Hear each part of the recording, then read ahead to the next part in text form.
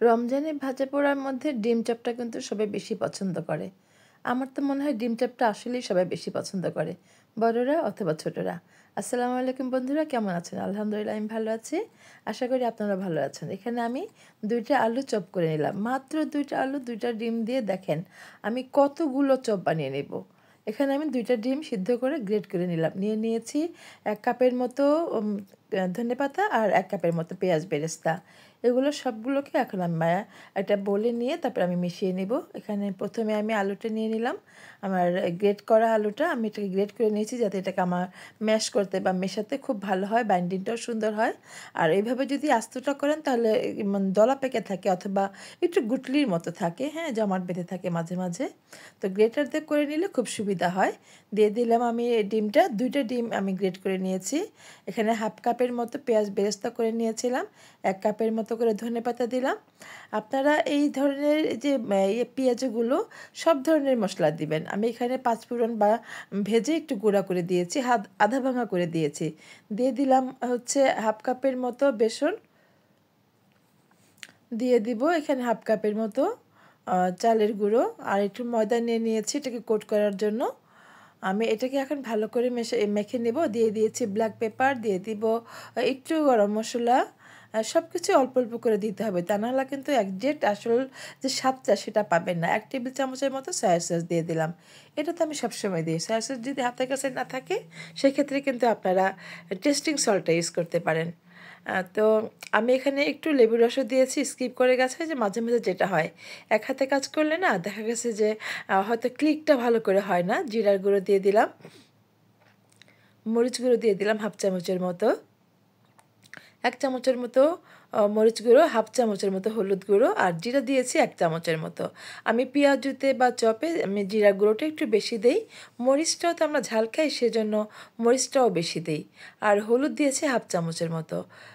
মরিচ লবণ স্বাদ মতো দিতে হবে।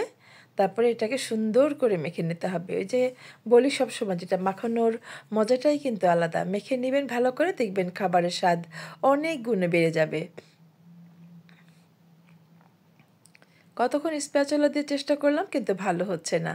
তারপর ওই যে আমরা বাঙালি হাতে মেখে নিলে ভালো লাগে, সেজন্য হাতে ভালো করে মেখে নিব। এই মাখানোটা সুন্দর হলে আমাদের ডিমের চপের স্বাদটা অনেক গুণে বেড়ে যাবে। যারা রান্না করেন তারা তো জানেন, আর যারা করেন না তারা কিন্তু এইভাবে করে দেখবেন কেমন লাগে।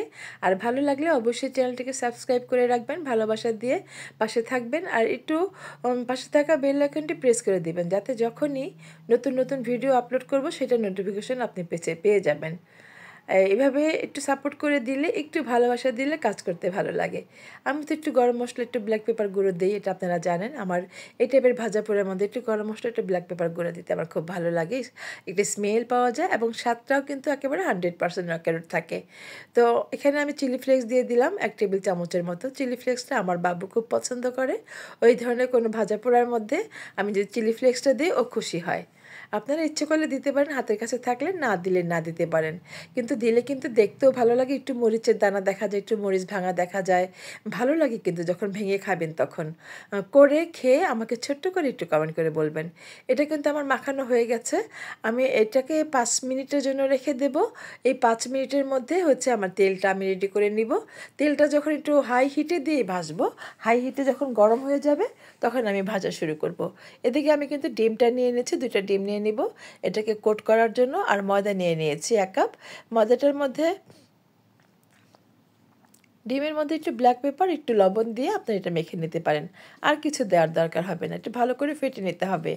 আমি একটা কাঁটা চামচের মাধ্যমে এটাকে ভালো করে ফেটে নিচ্ছি। রান্না কিন্তু একেবারে সহজ, সবসময় বলি। যখন একটু গুছিয়ে রাখবেন কোনো কিছু, যে আমি কিন্তু এগুলো সব গুছিয়ে রেখে গিয়েছিলাম। শোরুমে গিয়েছিলাম, শোরুম থেকে এসে আমি এগুলো রান্না করছি। সব গুছিয়ে রেখে দিয়ে গেলে না তখন মনে হয় কি যে রান্নাটা শুরু করলাম মাত্র হয়ে গেল। এখানে আমি ময়দা নিয়ে নিয়েছি আর একটু ব্ল্যাক পেপার দিয়ে, লবণ দিয়ে একটু আমি হ্যান্ড হুইক্সের মাধ্যমে এটাকে ভালো করে নেড়ে নিলাম। আর এখানে ব্রেড ক্রাম্বটা আমি একটু ভেজে নিয়েছি, গুঁড়া করে একটু টেলে রেখেছি। এটাকে টেলে রেখে তারপরে এটাকে আমি একটু ভালো করে হ্যান্ড উইক্সের মাধ্যমে সুন্দর করে এটাকে স্প্রেড করে দিলাম। এখানে একটু কর্নফ্লাওয়ার দিয়ে নিয়েছি আমি এই চপগুলোকে রাখার জন্য, যাতে স্টিকি ভাবটা না থাকে বা লেগে না যায়। সেটার দিকে খেয়াল রাখবেন। অথবা আপনারা ময়দা বা আটা এইভাবে একটু স্প্রেড করে ছড়িয়ে দিবেন। তাতে করে কি হবে, এই চপটা যখন রাখবেন সেটা লেগে যাবে না। তো আমি একটু আবার আলাদা করে একটা বাটিতে তেল নিয়ে নিয়েছি। আমি হাতে তেল মেখে মেখে এটাকে একটু শেপ দিব, সুন্দর হবে কিন্তু।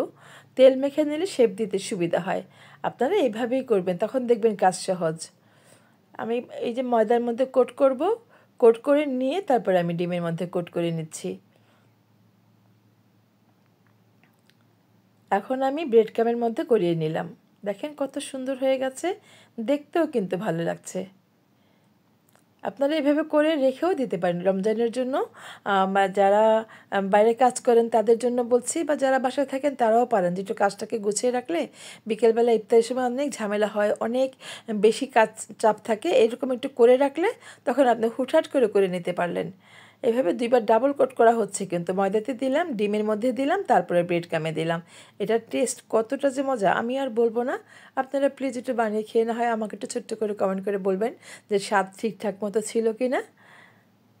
এইভাবে সব কিছু কোনো কিছু স্কিপ করা যাবে না, তখন দেখবেন যে ঠিক স্বাদটাই পাবেন। আমি কিন্তু বলবো না রেস্টুরেন্টের মতো বা হোটেলের মতো, বাসার রান্নার মতো মজা বাইরের খাবারগুলো হয় না, কখনোই হয় না। সো আমরা কি করব, আমরা কখনোই বাইরের খাবারকে প্রশংসা করব না। বাচ্চারা বাইরে খায়, ভালো লাগে, মজা লাগে, একটু ওরা মোটিভেশন আলাদা দেয়, সেটা কিন্তু আমরা ইচ্ছে করলে ঘরেই করতে পারি।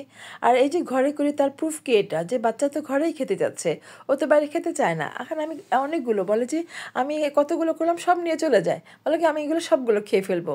এবার বলেন। আর মাঝে মাঝে যদি কখনো বাইরে থেকে আমি কিনে নিয়ে আসি, 2 4 5টা 6টা এরকম, খেতে চায় না, বলে যে তুমি খাও, হ্যাঁ আমার খেতে ইচ্ছে করছে না, রুমে গিয়ে শুয়ে থাকে। তো কি করব, আমি তখন একটু গরম করে খেয়ে নিই। খেতে চায় না, তখন জোর করা যায় না, তো বুঝি যে সে বাসারটাই খাবে। তো বাসারটাই করে দিই, একটু কষ্ট করি, একটু পরিশ্রম করি, একটু সুন্দর করে মজা করে করার জন্য, যাতে অন্ততপক্ষে খেয়ে যেন আবার বলে এটা মজা হয়েছিল, আবার করে দাও। এই কথাটা না আমার জানি কেন শুনতে ইচ্ছে করে, আর তখন আমার ভালো করে করতে ইচ্ছে করে। আমি তেলটা কিন্তু খুব গরম করে নিয়েছি, একেবারে হাই হিটে গরম করে তারপরে মিডিয়াম টু হাই হিটে দিয়েছি এখন। হ্যাঁ, এই পর্যায়ে বেশি কিন্তু জালটা কমিয়ে দেওয়া যাবে না, তাহলে এই যে চপটা হচ্ছে তেলটাকে স্যুপ করে নেবে।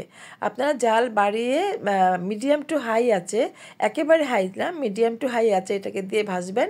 তাতে করে তেলটা স্যুপ করবে না এবং ভাজাটাও সুন্দর হবে, যেহেতু ভিতরেটা ডিম চপ এখানে সিদ্ধ হওয়ার মতো কিছু নেই। যদি মাংস থাকতো তাহলে না হয় সময় নিয়ে হালকা আছে ডিম আছে ভাজতে হতো, যাতে ভিতর থেকে সিদ্ধ হয়। এটা কিন্তু এমনি দেখেন ফাইনাল লুকটা কত সুন্দর হয়েছে। আমি কিন্তু বরাবরই করি, যখন বলি, যখন আমার ভালো লাগে একেবারে ফাইনাল লুকটা এরকম সুন্দর হয়, তখন না মনে হয় কি ভালো হয়েছে, শান্তি লাগে, ভালো লাগে। আপনারা এইভাবে করে খাবেন, আমাকে ছোট্ট ছোট্ট করে একটু কমেন্ট করে বলে যাবেন কেমন কেমন লাগছে, কেমন হলো। আর খেয়ে না হয় বলবেন যে আমার সাজেশনটা ঠিক ছিল কিনা, রেসিপিটা ঠিক ছিল কিনা। বানানোর পরও তো আমি আপনাদেরকে অবশ্যই ভেঙে দেখাবো। দেখেন কতটা সুন্দর হয়েছে ভিতরে।